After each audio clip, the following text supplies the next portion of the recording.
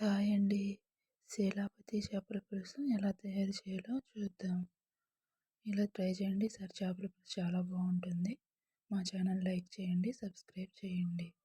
ముందుగా మిక్సీ జార్లో జీలకర్ర, ఒక పెద్ద వెల్లుల్లిపాయ తీసుకుని ధనియాలు, గసగసాలు వేసి పేస్ట్ చేయండి. కొద్దిగా వాటర్ వేయండి. నేను పౌడర్ తీసుకున్నాను, మీరు ధనియాల గసగసాలను తీసుకోవచ్చు. అవి నలిగాక ఇప్పుడు రెండు ఉల్లిపాయ ముక్కలు కట్ చేసుకుని వేసుకోవాలండి. ముందుగా వేస్తే అవి నలగవండి. తర్వాత చింతపండును శుభ్రంగా కడిగి వాటర్ వేసి నానబెట్టుకోండి. తర్వాత 4 గంటల ఆయిల్ వేసి మనం నూరుకున్న పేస్ట్ని వేయాలండి.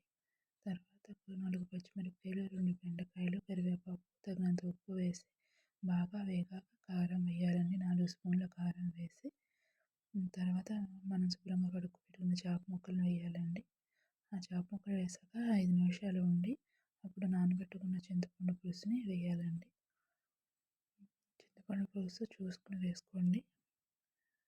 కొంచెం ముక్క ములిగే వరకు వేసుకోండి. పులుసుని ఒక అరగంట వరకు ఉడకాలండి. మా ఛానల్ లైక్ చేయండి, సబ్స్క్రైబ్ చేయండి.